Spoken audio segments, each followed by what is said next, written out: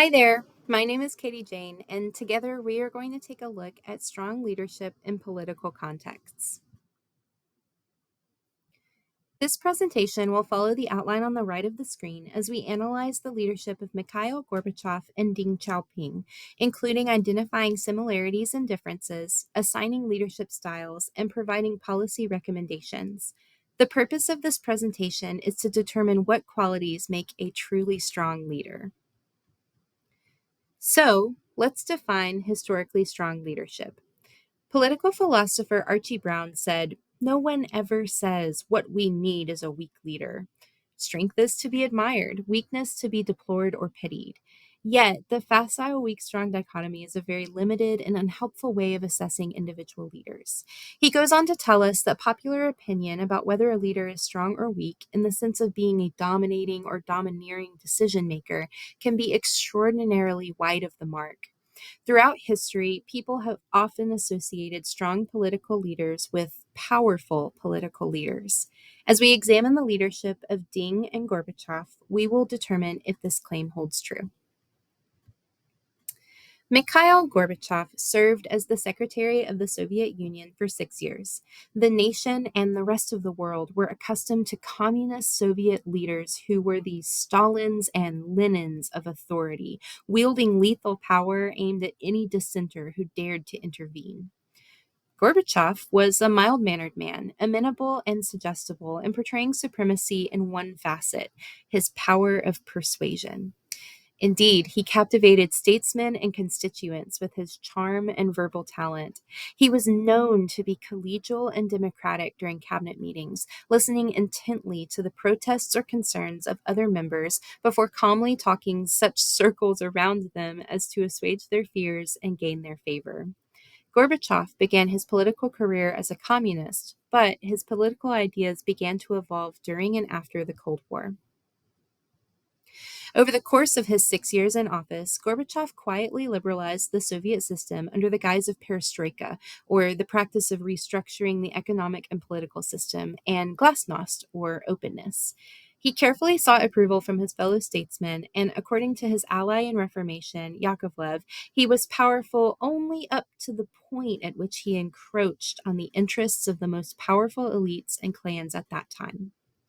Gorbachev dismantled the authoritarianism of the Soviet Union from the top down by creating a state presidency, implementing competitive elections and elections with choice, embracing freedom of speech and freedom of religion, and allowing Eastern European countries to declare independence. This dissolution of power from the Communist Party was unimaginable, but by the time Gorbachev's colleagues caught on to the extent to which Gorbachev was transforming the Soviet state, it was too late to stop the change. In December 1991, following the loss of several countries to independence and an unsuccessful coup, Gorbachev resigned from his position and the Soviet Union collapsed. Next, let's take a look at the political context for Deng Xiaoping. Deng Xiaoping took over as the party leader in the Chinese Communist Party following the death of Mao Zedong. He served from 1978 to 1989, during which Deng made remarkable improvements in the nation's economy. Deng was highly pragmatic. If open markets could help improve life for the Chinese people, then it made sense to try that option, even in a socialist state. In the massive undertaking of modernizing the third largest country in the world, Deng admitted he lacked the skills, knowledge, and expertise in many fields, and so left them in the hands of more capable subordinates. He handpicked teams and set broad goals, but the nitty gritty was done on various levels by clever and enterprising individuals all over China. Deng had previously survived 3 exiles from 3 different purges enforced by Mao, so his willingness to participate in collective shared leadership may have arisen from the senseless banishments he endured. Deng's economic reforms began in the agricultural industries, where he loosened state control and allowed farmers to begin selling surplus crops privately after completing the required state regulated sales. The balance between state control and market privatization was gradual enough to grow the economy instead of collapsing it, while maintaining power instead of allowing a free market of ideas. As the market prices increased competition and production, state control became less necessary or relevant. The success of limited privatization in the agricultural industry instigated the creation of special economic zones in select coastal cities. State regulation was decentralized within SEZs, and private entrepreneurship was allowed to blossom within the slow introduction of the market economy. Deng turned Mao's Marxist Leninist policy of a closed nation on its head by opening China to the global economy and working to meet the strict requirements needed to become a member of the World Trade Organization. In spite of dramatic economic progress and reform with tendencies towards capitalism and democratic beliefs, Deng continued to assert communist control through his party and administration. The Tiananmen Square massacre occurred when students and civilians gathered after the death of a key official, having tasted a bit more freedom during the privatization of the economy and protesting. Deng squashed the protests with tanks and firearms. This assertion of power and dominance called back to his foundational belief and insistence in communist ideals in spite of his capitalist reforms. This tension between the two philosophies created during Deng's reign remains in China today. Careful analysis of Deng and Gorbachev's leadership reveals some similarities and differences in their leadership traits. Both men were willing to embrace reform, challenge government norms, and possessed a well developed skill for tact, which allowed them to persuade their fellow statesmen to approve their recommended reforms. However, Deng defended the Communist Party while Gorbachev undermined it. Deng was more pragmatic while Gorbachev was idealistic. And Deng used violence to quell uprising while Gorbachev refused, even after the insisting of his fellow statesmen, to use any violence against the revolutions of the smaller countries. Deng and Gorbachev also had similar policies. They both began privatizing the markets in their countries, though Deng's dual approach with state control proved far more successful. Both leaders also worked to repair international relationships with other countries, especially in the West. However, the differences in their policies are also apparent, as Gorbachev reformed the Soviets' political system, while Deng reformed China's economic system. Additionally, Gorbachev's nation collapsed, while Deng's nation, at least for a time, strengthened rapidly under his policies. Political philosopher Sidney Hook distributes leaders into two main categories, the eventful man and the event-making man. Mikhail Gorbachev was an event-making leader.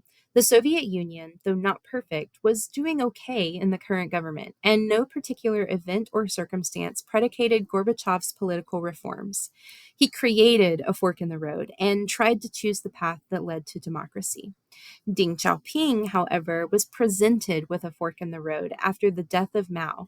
He could attempt to revitalize China through market privatization, or he could keep the country closed to the rest of the world. Deng chose from the path in front of him and moved towards capitalization. Additionally, we can classify these two leaders into Brown's categories for leaders. Gorbachev was a transformational leader because he dismantled the Soviet Union's entire government structure, transforming it from authoritarian communist control to a more democratic government with elections and freedoms. Deng, however, used the communist government structures to redefine the economy while still maintaining state control of the nation, making him a redefining leader. Finally, the two leaders used very different types of power. Hard power is associated with military control, and this is seen most clearly in Deng's unfortunate decision to beat and murder protesters at Tiananmen Square in an effort to maintain control. Gorbachev, however, used the powers of persuasion, or soft power, to convince his statesmen to relinquish more and more control until entire countries gained independence and the government itself weakened to the point of collapse. I really think that these two leaders nearly got the formula correct for transforming authoritarian nations into democratic nations. The first step would be to implement policies akin to Deng's widespread economic reforms and market privatization in order to revitalize a country's economy after the detriments of state control. Next would be to implement policies akin to Gorbachev's political reform by awarding personal freedoms back to the citizens and putting the power of election back into the hands of the people. Had Gorbachev started with economic reform, he may not have endured such drastic and harmful inflation and famine, which primed the starving, dying citizens to fall back into the hands of a dictator following the short lived democratic reforms. Had Deng been willing to relinquish some of the state control following his widespread economic reforms, China's progress might not be stagnating today. Mikhail Gorbachev was ethical and willing to relinquish power, but he did so mostly on his own and struggled to get buy in from his fellow statesmen.